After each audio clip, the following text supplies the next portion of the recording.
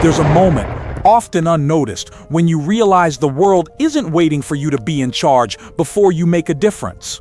Maybe you felt it, that quiet ache, sitting at the edge of a meeting, a classroom, a family dinner, wondering if your voice matters when you don't hold the title, the badge, the authority.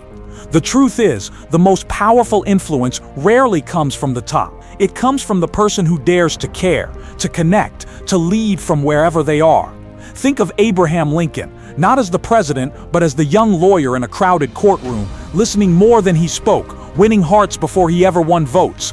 Or Eleanor Roosevelt, who long before she was First Lady, was the quiet force in the back of the room, noticing the overlooked, championing the unheard.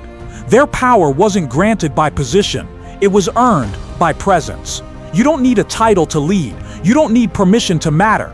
The world is shaped by those who step forward, not because they have to, but because they choose to.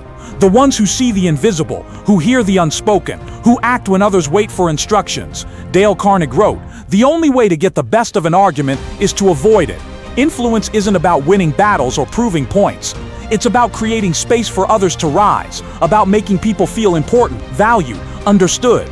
It's about the courage to listen, the humility to learn, the generosity to give credit away. Imagine a team where the leader is absent, the agenda is unclear, and tension hangs in the air. Most people shrink, waiting for direction. But one person, maybe it's you, asks a question that brings the room together, offers a word of encouragement that breaks the silence, notices the person who's been ignored.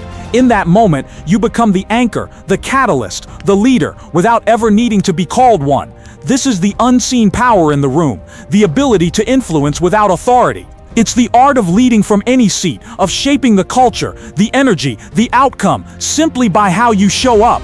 It starts with empathy, with the willingness to see the world through someone else's eyes, to notice the tension in a colleague's shoulders, the hesitation in a friend's voice, the hope in a stranger's smile. Influence begins when you care enough to pay attention.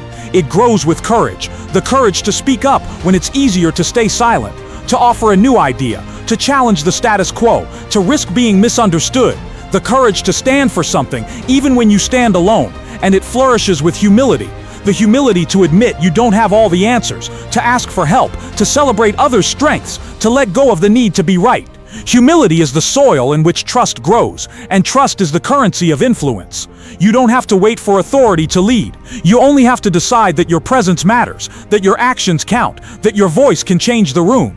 The world is waiting for you not to take charge, but to take responsibility, not to command, but to connect, not to dominate, but to inspire.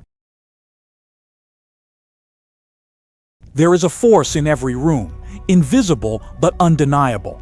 It is the current that draws people together, the energy that makes ideas take root and grow, empathetic. That force is empathy, the willingness to step outside your own story and enter someone else's world, if only for a moment. Think of Franklin D. Roosevelt, his body weakened by polio, his spirit unbreakable. He led a nation through crisis not by commanding from above, but by listening from beside. He understood the pain of the people, felt their fears, shared their hopes, empathetic. His fireside chats were more than speeches. They were lifelines, reminders that someone in power cared enough to understand. Empathy is not agreement. It is not surrender. It is the courage to listen when you want to speak, to understand when you want to judge, to connect when you want to withdraw. It is the quiet force that moves people, that wins hearts, that changes minds without ever raising a voice. Dale Carnegie wrote, "Try honestly to see things from the other person's point of view." This is the foundation of influence. When you make someone feel understood, you give them a reason to trust you, to open up, to follow your lead. Imagine a workplace where conflict simmers beneath the surface, where misunderstandings breed resentment. Most people retreat, defend, or attack. But the person who listens, who asks, "Help me understand how you see this," becomes the bridge. They turn tension into teamwork, suspicion into support. Empathy is not a weakness, it is the rarest form of strength. It is the discipline to hold your own emotions in check, to make space for someone else's pain, to validate their experience even when you disagree. It is the art of making people feel safe, seen, and significant. You do not need authority to practice empathy. You only need the willingness to care, the patience to listen, the humility to learn. Every time you choose empathy over ego, you build influence that cannot be bought, only earned. Think of the last time someone truly listened to you, not just to your words, but to your heart. How did it feel? What did it change? Now imagine being that person for someone else, every day, in every interaction. This is how movements begin. This is how cultures shift. This is how you lead from any seat, by making empathy your superpower, your signature, your gift to the world. Respect is not a prize you seize or a trophy you demand.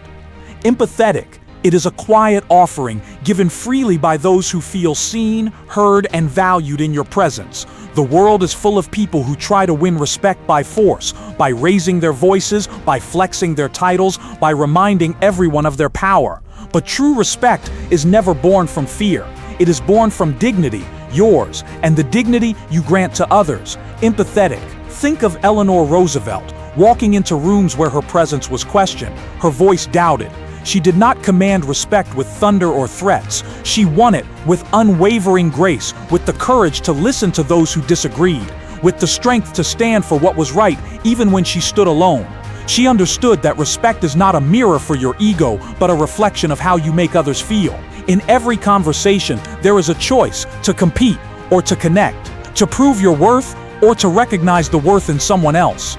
The loudest person in the room may win attention, but it is the one who listens, who validates, who honors the humanity in others, who wins respect that lasts. Imagine a heated meeting, voices rising, tempers flaring. Most people fight to be right, to have the last word, to crush the opposition. But the person who remains calm, who listens without interrupting, who responds with empathy instead of anger, changes the entire dynamic. They become the anchor in the storm, the one others look to for guidance, for stability, for wisdom. This is not weakness, it is the highest form of strength. It is the discipline to control your emotions, to choose your response, to value understanding over victory. It is the art of making people feel safe in your presence, even when you disagree. And in that safety, respect grows, quietly, steadily, unshakably. Dale Carnegie wrote, "Show respect for the other person's opinions. Never say, 'You're wrong.'" It is a simple principle, but it requires humility, patience, and the willingness to see the world through someone else's eyes. When you honor another's perspective, you do not diminish your own. You expand it. You become larger, more human, more worthy of respect. In a world that rewards noise, choose silence. In a world that rewards dominance, choose dignity. Let your respect for others be the foundation of your influence, the reason people trust you, the reason they remember you long after the conversation ends. You do not need to raise your voice to be heard. You do not need to win every argument to be respected. You only need to make people feel important, not with flattery, but with genuine regard, with the quiet power of your presence, with the unwavering strength of your empathy. There is a kind of listening that goes beyond hearing words. It is the rarest form of generosity, the most powerful act of respect. Most people listen only to reply, their minds racing ahead, waiting for a pause so they can speak. But the people who change us, the ones we trust and remember, are those who listen to understand.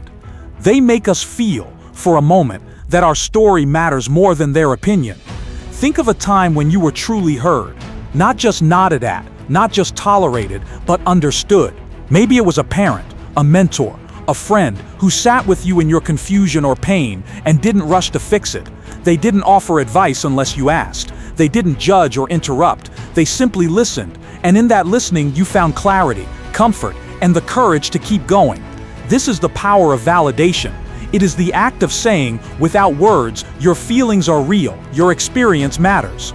It is the opposite of dismissal, the antidote to loneliness. When you validate someone, you give them permission to be human, to be imperfect, to be themselves. Dale Carnegie wrote, "Be a good listener, encourage others to talk about themselves." But this is not about flattery or manipulation. It is about creating a space where people can drop their guard, where they can speak their truth without fear of ridicule or rejection. In that space, trust grows. In that space, connection deepens. Imagine a workplace where a team member is struggling, their performance slipping, their energy fading. Most managers would focus on the problem, on the missed deadlines, on the numbers. But the leader who listens, who asks, "What's really going on?" and waits for the answer, creates a different outcome. Maybe the struggle is personal, maybe it's fear, maybe it's something they've never said aloud. When they finally speak and you listen, really listen, you become more than a boss, you become an ally. Listening is not passive, it is an active, courageous act. It requires you to set aside your agenda, your need to be right, your urge to fix. It requires you to be present, to be patient, to be humble. And in that humility, you give others the space to rise. Validation is not agreement. You do not have to share someone's perspective to honor it. You only have to acknowledge that. For them, it is real. I can see why you'd feel that way.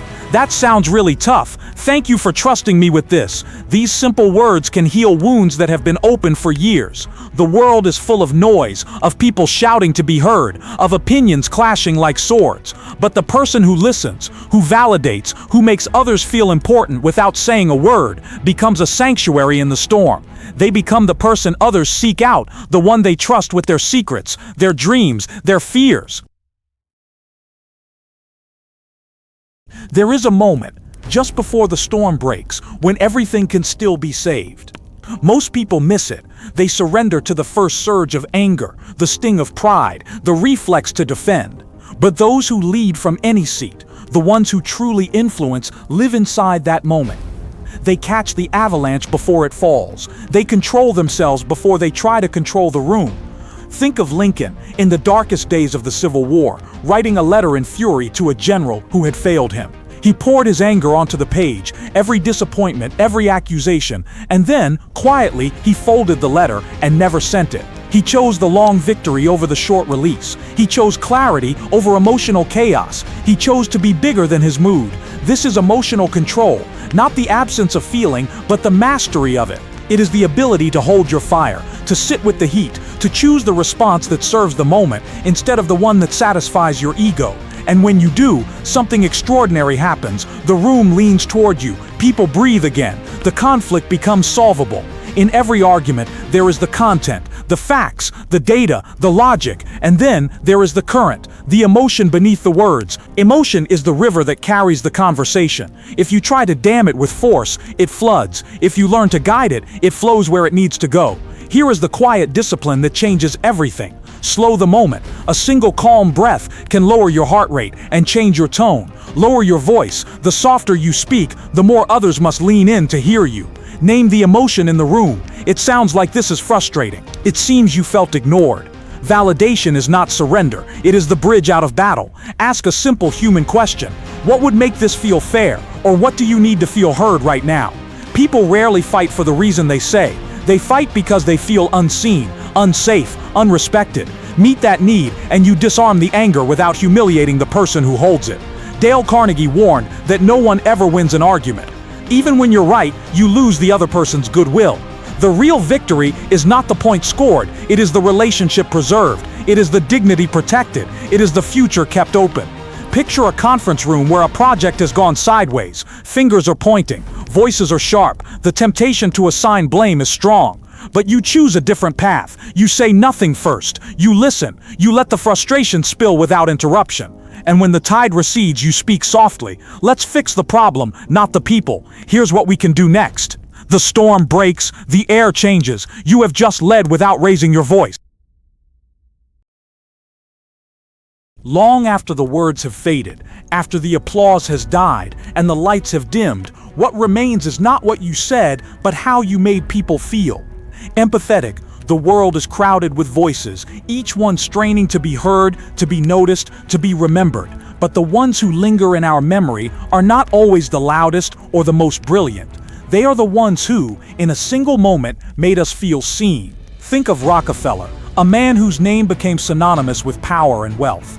Yet those who worked closest to him remembered not his fortune, but his habit of remembering names, of asking about a child's illness, of pausing to listen when he could have hurried by. He understood that the smallest gesture, the briefest moment of genuine attention, can echo for a lifetime. We all crave to be remembered, to leave a mark that outlasts our presence. But the paradox is this: the more you try to impress, the more you fade into the background.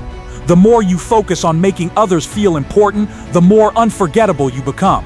There is a quiet art to this. It is the art of noticing, of remembering the details that others forget, of seeing the person behind the performance, the story behind the statistics, the heart behind the armor. It is the art of asking, "How are you?" Real, and waiting for the real answer. Dale Carnegie wrote, "A person's name is to that person the sweetest sound in any language. But it's more than names. It's the memory of a struggle shared, a dream confessed, a fear admitted in a moment of vulnerability. When you remember these things, when you bring them up months or years later, you give someone the rarest gift, the feeling that they matter, that they are not invisible, that their story is worth remembering." Imagine a crowded event, everyone networking, everyone selling, everyone trying to be seen. You move through the room, not with a business card in hand, but with a question in your eyes. Who here needs to be noticed? You find the person standing alone, the one who feels out of place, and you offer them your attention. You ask about their work, their passion, their story. You listen, truly listen, and you remember. Weeks later, you see them again. You mention something they shared, a detail so small they'd forgotten they told you. Their eyes light up. In that moment, you are not just another face in the crowd. You are the person who made them feel important, who made them feel real. This is not about strategy. It is about sincerity. People can sense the difference between attention that is given and attention that is traded. The former is a gift. The latter is a transaction. Give the gift, and you will be remembered long after the transaction is forgotten. There is a force in the world more powerful than command, more enduring than compliance. It is the force of willing cooperation, the kind that cannot be demanded, only inspired. Empathetic. Most people try to win cooperation by persuasion, by argument, by authority. But the leaders who move mountains, the friends who change lives, the partners who build legacies, all understand a deeper truth. People do not cooperate because they are told to. They cooperate because they want to. Think of Theodore Roosevelt, a man whose energy could fill a room, whose presence could rally a nation. He led not by decree, but by example. He joined his men in the trenches, shared their hardships, listened to their fears. He made them feel that their contribution mattered, that their voice was heard, that their effort was seen. In return, they gave him not just their obedience, but their loyalty, their passion, their best. This is the gentle art of inspiring others. It begins with respect, not just for what people can do, but for who they are. It grows with appreciation, the honest, specific recognition of effort, of progress, of courage. Empathetic. This is not manipulation. It is the highest form of partnership. It is the humility to step back, to invite others to shape the vision, to share the credit, to celebrate the wins as a team. When people feel ownership, they give their best. When they feel important, they give their all. Imagine a family facing a difficult decision, each member with their own fears, their own hopes, their own vision of what should be done. The parent who insists, who dictates, who overrides, may win the argument but lose the family's trust. But the parent who listens, who asks for input, who values every voice, creates a different outcome. The decision may take longer, the process may be messier, but the result is stronger, more lasting, more deeply shared. Winning cooperation is not about being right. It is about being real. It is about showing up with honesty, with vulnerability, with the willingness to be changed by the people you lead. It is about making space for disagreement, for doubt, for discovery. It is about building a table big enough for every voice. The world is full of people waiting to be inspired, waiting to be invited, waiting to be seen. When you make someone feel important, when you show them that their contribution matters, you unlock a wellspring of creativity, of energy, of commitment. You turn compliance into cooperation, obligation into ownership, resistance into resolve. There is a moment in every relationship, a crossroads where you must choose between the safety of distance and the risk of closeness. Empathetic. Most people hesitate at this threshold, afraid to reveal too much, to care too deeply, to be seen too clearly. But the people who change us, the ones we never forget, are those who have the courage to be real. Human connection is not built on perfection. It is built on vulnerability. It is the willingness to show your scars, to admit your fears, to share your dreams even when they feel fragile. It is the quiet strength to say, I don't have all the answers, or I've been where you are, or simply, me too. Think of the friendships that have shaped your life, the mentors who have guided you, the partners who have stood by you. What made them unforgettable was not their flawlessness, but their honesty. They let you see their struggles, their doubts, their humanity, and in that seeing, you found the courage to be human too. Dale Carnegie wrote, "Talk about your own mistakes before criticizing the other person." This is not just a strategy for conflict, it is a blueprint for connection. When you lead with humility, when you admit your own imperfections, you invite others to do the same. You create a space where honesty is safe, where growth is possible, where trust can take root. In a world obsessed with image, authenticity is revolutionary. It is the refusal to hide behind masks, to pretend, to perform.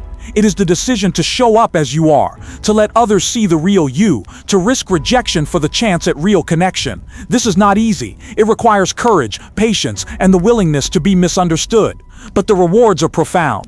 When you are real, you attract the realness in others. When you are honest, you inspire honesty. When you are vulnerable, you give others permission to be vulnerable too.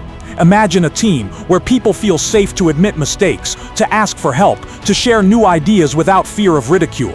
Imagine a family where every member knows they are loved, not for what they achieve, but for who they are. Imagine a world where connection is built on truth, not on performance.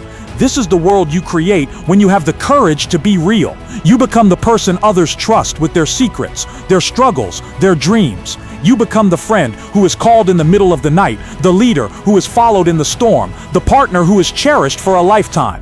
Mastering human connection is not about saying the right thing. It is about being the right person. It is about showing up again and again with honesty, with empathy, with the courage to be seen. And every time you do, you make the world a little more human, a little more kind, a little more connected. There is a quiet confidence that needs no announcement, a strength that does not shout.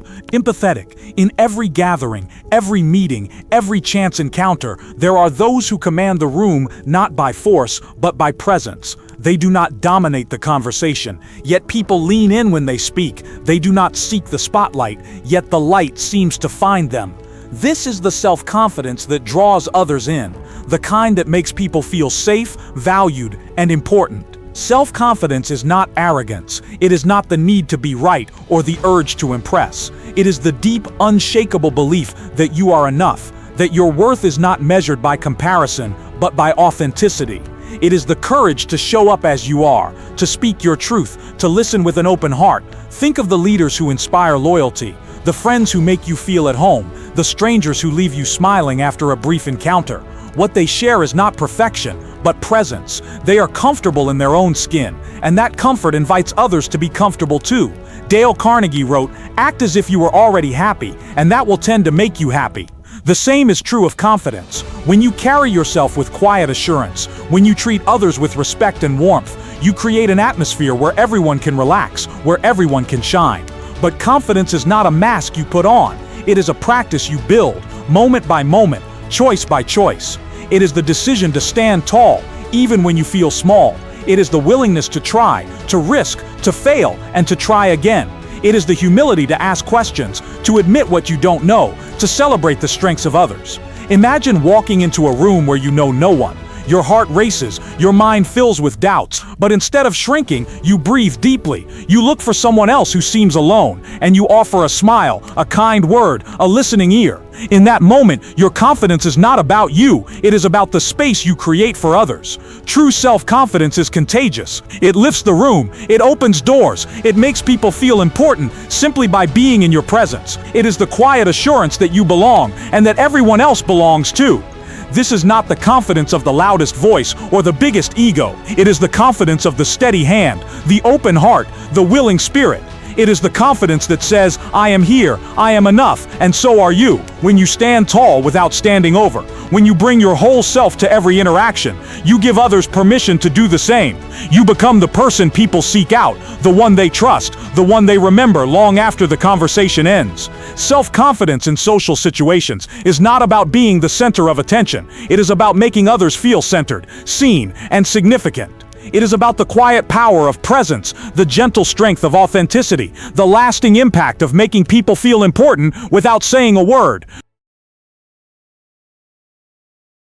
There is a shadow that follows us into every room, every conversation, every new beginning.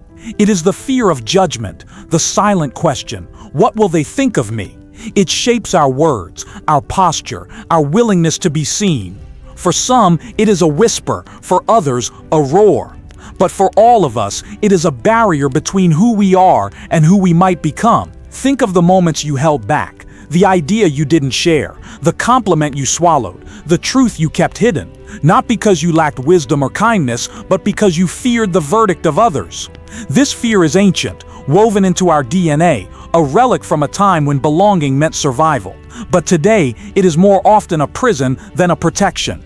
Dale Carnegie wrote, "You can't win an argument, but you can win your own freedom. The freedom to speak, to act, to live without the weight of imagined eyes. The freedom to be yourself, even when the world is watching." The first step is to recognize that judgment is inevitable. No matter how careful you are, someone will misunderstand, someone will disapprove, someone will criticize. But their judgment is not your truth. Their opinion is not your identity. The only verdict that matters is the one you give yourself. Think of Eleanor Roosevelt, who faced criticism from every side for her activism, her voice, her refusal to fit the mold. She once said, "No one can make you feel inferior without your consent." She lived those words, moving through the world with grace, with courage, with the quiet conviction that her worth was not up for debate. Overcoming the fear of judgment is not about becoming immune to criticism. It is about becoming anchored in your own values, your own purpose, your own sense of self. It is about choosing authenticity over approval, truth over comfort, growth over safety. Imagine standing in front of a crowd, your heart pounding, your hands trembling. You speak anyway. You share your story, your idea, your dream. Some will applaud, some will frown, some will not care at all. But you will know, in that moment, that you were brave, that you chose to live on your own terms. The freedom on the other side of judgment is not the absence of fear, but the mastery of it. It is the ability to move forward, to speak up, to reach out, even when your voice shakes. It is the realization that the people who matter most are not the ones who judge you, but the ones who see you, who support you, who celebrate your courage. When you overcome the fear of judgment, you become a beacon for others. You show them that it is possible to live boldly, to speak honestly, to be real. You make it safe for them to do the same. This is the freedom that changes lives. The freedom to be yourself, to make others feel important, to create a world where judgment loses its power and authenticity becomes the new currency of connection. There is a difference between being in charge and being followed. Anyone can hold a title, give orders, or demand compliance. But true leadership is something deeper, something earned in the quiet moments when no one is watching. It is the ability to inspire trust, to ignite hope, to make people feel that their best selves are possible in your presence. Think of the leaders who shaped history: Lincoln, Carnegie, Roosevelt, Eleanor Roosevelt. They were not perfect. They made mistakes, faced criticism, doubted themselves, but they shared one thing in common. They made people feel important. They listened, they encouraged, they believed in others, even when those others could not believe in themselves. Dale Carnegie wrote, "Give the other person a fine reputation to live up to." This is the secret of great leadership. It is the art of seeing potential where others see problems, of calling forth greatness with a word, a gesture, a look. It is the discipline of holding people to their highest, not through fear, but through faith. Leadership is not about being the smartest in the room. It is about being the most human. It is about showing up with humility, with empathy, with the willingness to serve. It is about making decisions that honor the dignity of every person, even when those decisions are hard. Imagine a workplace where the leader knows every name, remembers every story, celebrates every win, and mourns every loss. Imagine a community where the leader listens more than they speak, where they ask for feedback, where they admit when they are wrong. In these places, people do not just comply, they commit. They do not just follow, they believe. The leader people want to follow is the one who makes them feel seen, heard, and valued. The one who gives credit, who shares the spotlight, who lifts others up. The one who leads by example, who keeps their word, who stands for something greater than themselves. This kind of leadership is not built in a day. It is forged in the fires of adversity, in the patience of listening, in the courage of vulnerability. It is the daily choice to put people first, to make every interaction a chance to build trust, to make every decision a chance to show respect. You do not need a title to be this kind of leader. You only need the willingness to care, the courage to act, the humility to learn. Every day, in every interaction, you have the chance to lead, not by force, but by example, not by command, but by connection. Becoming a leader people want to follow is not about what you achieve, but about what you inspire in others. It is about making people feel important, not with grand gestures, but with small, consistent acts of respect, empathy, and belief. It is about leaving every person better than you found them, every room brighter than when you entered. There is a moment, often unnoticed, when everything changes. Empathetic. It is not marked by applause or recognition, not captured in photographs or headlines. It is the moment when you choose to lead, not because you have authority, but because you have heart. It is the silent gift, the invisible act, the quiet revolution that transforms lives, relationships, and the world itself. Empathetic. Think of the times you were lifted by a wordless gesture, a hand on your shoulder when you felt alone, a smile that told you you belonged, a look that said, "I see you." These moments are the true currency of human connection. They are the reason we remember certain people long after they have left the room, the reason we carry their influence with us, shaping our choices, our confidence, our hope. Dale Carnegie understood that the deepest principle in human nature is the craving to be appreciated.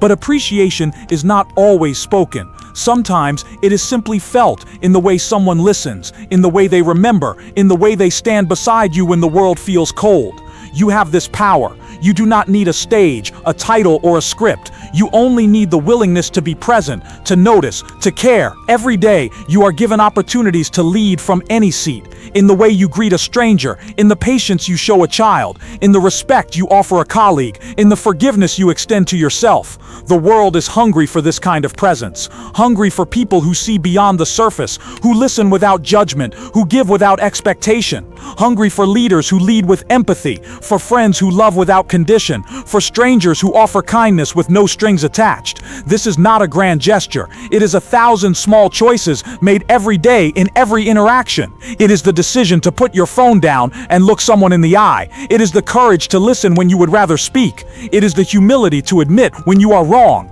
the generosity to celebrate when others succeed, the strength to stand with someone in their pain.